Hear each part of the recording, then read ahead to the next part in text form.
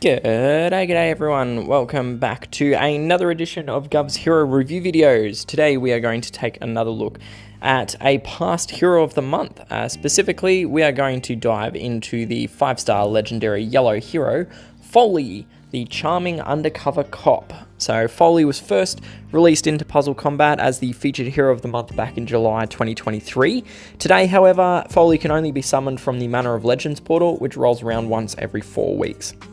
This portal does, however, have some of the worst odds in the game for summoning for specific heroes. So what those odds are, we can see we've got a 0.9% chance for a unfeatured hero and a 1% chance for a featured hero. So to put that in perspective, if you were to do 100 summons in this portal, across those 100 summons, you would have a 63.4% probability of getting either of the featured heroes. You'd have a 59.5% probability of getting one of the myriad of unfeatured heroes of the month. You would then also have a 39.4% probability of getting the specific hero of the month you would like from the featured pair, say Foley for example. But if you were targeting a specific unfeatured hero, you would have just a 2.6% probability of drawing that specific unfeatured hero. And that number will only dilute further as more and more heroes are added to the pool.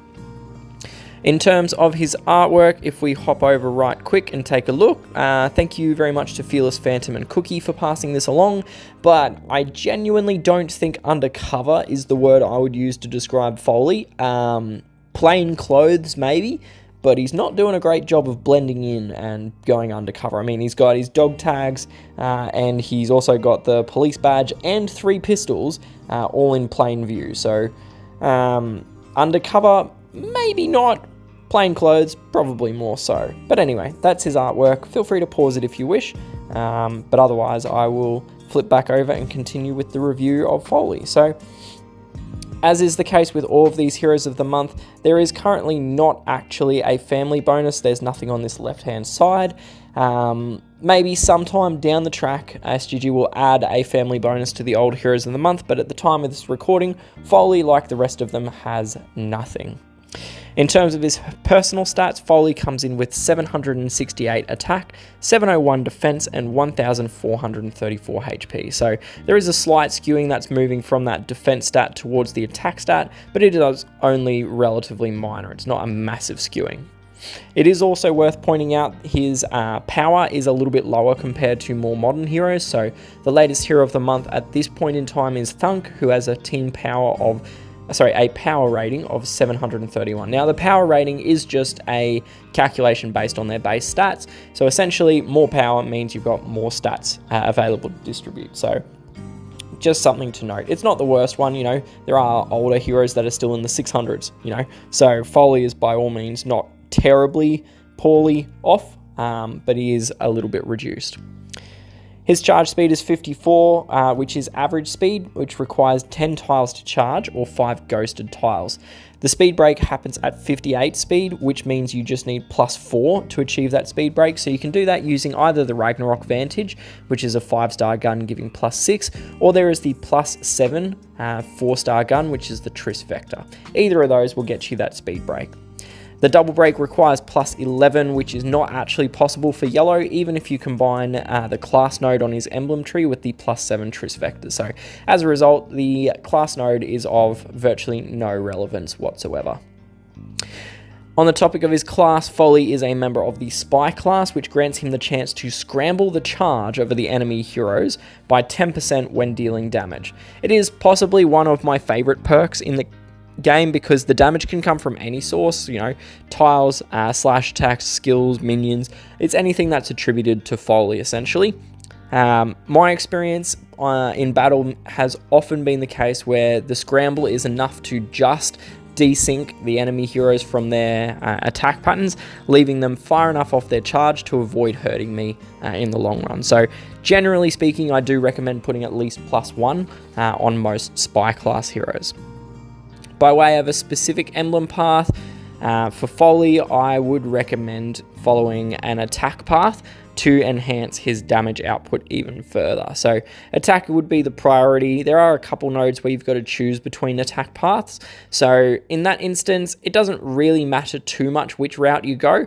just as long as you're a little bit consistent with it. In the damage calculation, there's no real difference between the defense nodes and the HP nodes, so it's kind of a case of pick your poison. So I tend to go the route that has defense stats in it.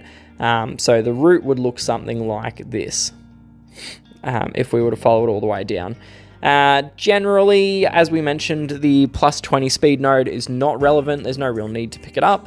The plus 19 is a lot of emblems, but there is some benefit to it for Foley because it is an attack node, so you can probably go to plus 19, but I wouldn't go any further than that. There's no real need to. So that's sort of what the path that I recommend would look like. Whoops. Right, left, right, left. Not the neatest of drawings, but you get the idea. Alright, pause it if you need to, but otherwise we shall continue with his special skill. So his special skill is titled Stop Right There, with an exclamation mark, I might add. And at level 10 skill and 54 charge speed, it will deal 235% damage to the target and nearby enemies. The target and nearby enemies are then prevented from benefiting from any dodge buffs for the next 3 turns. The target and nearby enemies are also silenced for 3 turns. And finally, the caster and nearby allies are granted a support attack buff for 3 turns, which gives them a 53% chance to perform a support attack against the main target of an ally's special skill. So a little bit going on there. Some of it is a little bit confusing, but we'll start off with the damage aspect anyway. So damage, as always, can be calculated, but it is difficult to do consistently because of some of the things that feed into it. So what I do to compare heroes' damage output is I use their attack power, which is their attack stat, 768, multiplied by the percentage in their special skill. This is ultimately analogous to their final damage output. So for the case of Foley, we can see that he comes out with an attack power of 1,805, and if we normalize that against his speed or the number of tiles to charge, we come out with an attack power per tile of 181 per enemy. So 3 enemies, you get 181 per tile on all 3 enemies. This is sufficient to rank him in at number 5 of the 10 available yellow hitters, or DOA 3 hitters. So pretty much middle of the pack, you know. There's some above him, there's some below him. You know, ones above him include like Spite and Volpine coming out at 296 and 231 respectively, but you've also got heroes below him like, you know, Jaguar at 174, Min at 135, and Kurgan at 127 attack power per tile per enemy. So there is good and there is bad.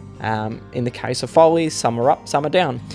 Yellow generally, though, does have quite good DOA 3 hitting options, not only because of their numbers, but because they can very easily be combined with 8-bit, who is fairly widely available, I should say, and will enhance their damage by a factor of like 4-fold. So instead of, yeah, it's really massive. So just a general note with most of the DOA 3 yellow hitters, and 5s as well for that matter.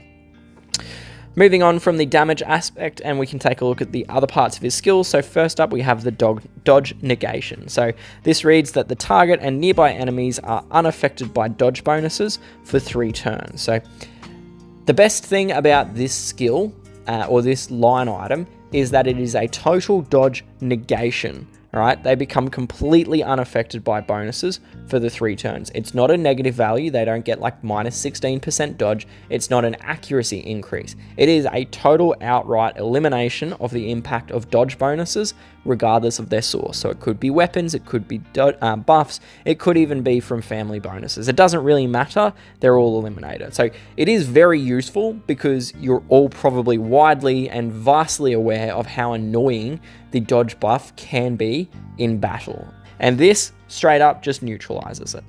The obvious caveat is that you actually have to hit the enemy first in order to apply the dodge negation element. So I tend to work around this by using an accuracy gun is one way you can do it, or you can, you know, just chance your hand at it as well. So an accuracy weapon for yellow is, for example, the Martha MA 2020, which is a master weapon crit accuracy gun. So just something to be aware of when you're using the dodge negation effect. The next part of his skill is the silence, where the target and nearby enemies get silenced for 3 turns. little extra info states that silenced heroes are unable to use their special skills. So I say this so often in just about all of my reviews, but the most one of the best effects that you can have on a special skill is charge control. And silence is one form of charge control. You've got things like insanity, you've got charge slow, you've got charge cut, but you've also got a silence, all right? So is it as good as some of the others like insanity? No, right? Insanity is kind of the peak level charge control because it completely wipes out their charge bar, as also gives you additional damage. But a 3-turn silence is also nothing to sneeze at.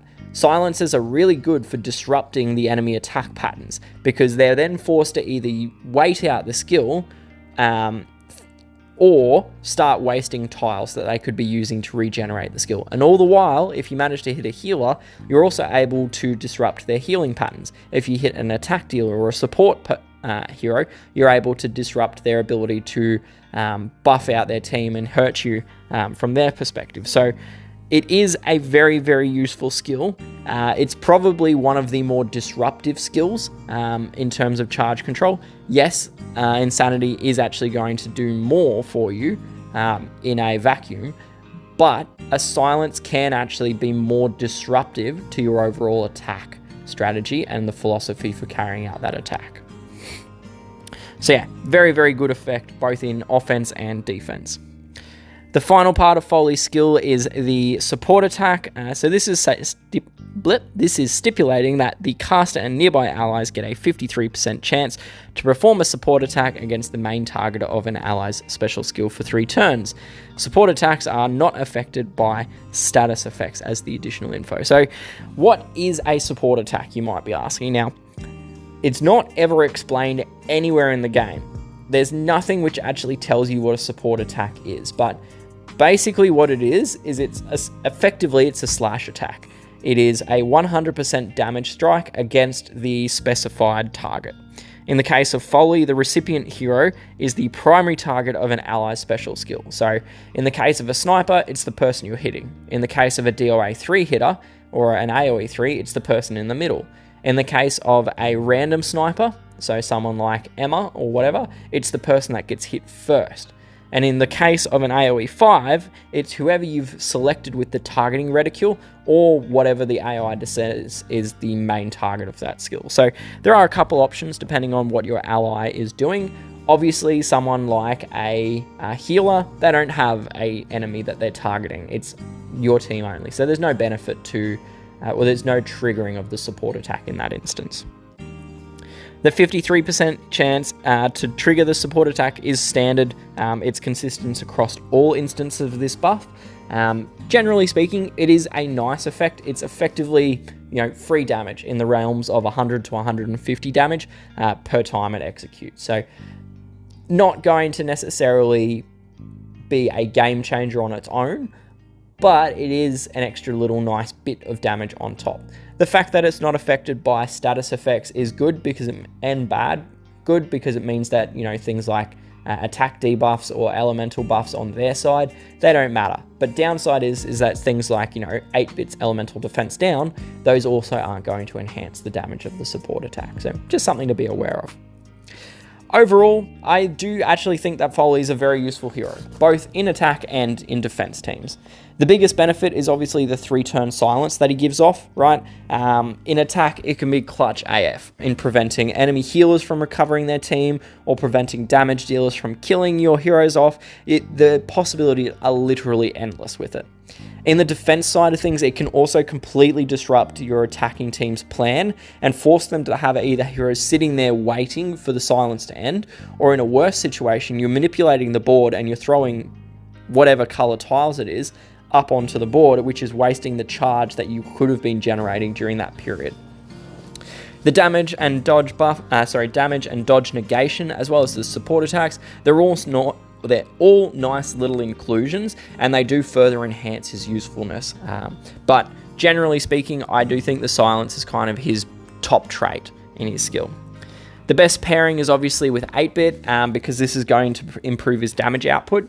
But you can also equally just run Foley on his own as a standalone hero in another color stack, as an off-color charge control hero. So for Foley's grading, I am going to grade him with an A grade for war and raid attack situations. Charge control is so king. There's so many things you can do with it, and the possibilities are just literally endless for it. For War Machines, I'm going to give him a B grade. His attack stat isn't terrible, but what really gives him usefulness in the War Machines is the silence, again, because it is stopping most of a War Machine's damage. Yes, there's the slash attacks, but you've also got like the special skill which does a fair chunk of damage and usually has a hefty DOT attached to it as well. So very good for preventing that from firing as well. The events, I'm also going to keep him at a B grade. He does have pretty good DOA 3 damage, and the silence will kind of help you for event competing and completion, so I'll keep him at a B grade for eventing as well. In the defense side of things, so for war and raid defenses, I'm going to give him a B+. He is workable as a tank. There's not many alliances that still actually run yellow tanks, but he could be workable there. But I do think his best position is actually going to be in the flank. This will allow him a little bit of time to charge his skill, survive, and then also use his skill a little bit later into the fight when enemy heroes are more likely to be hitting their maximum charge, and the silence is going to be most effective.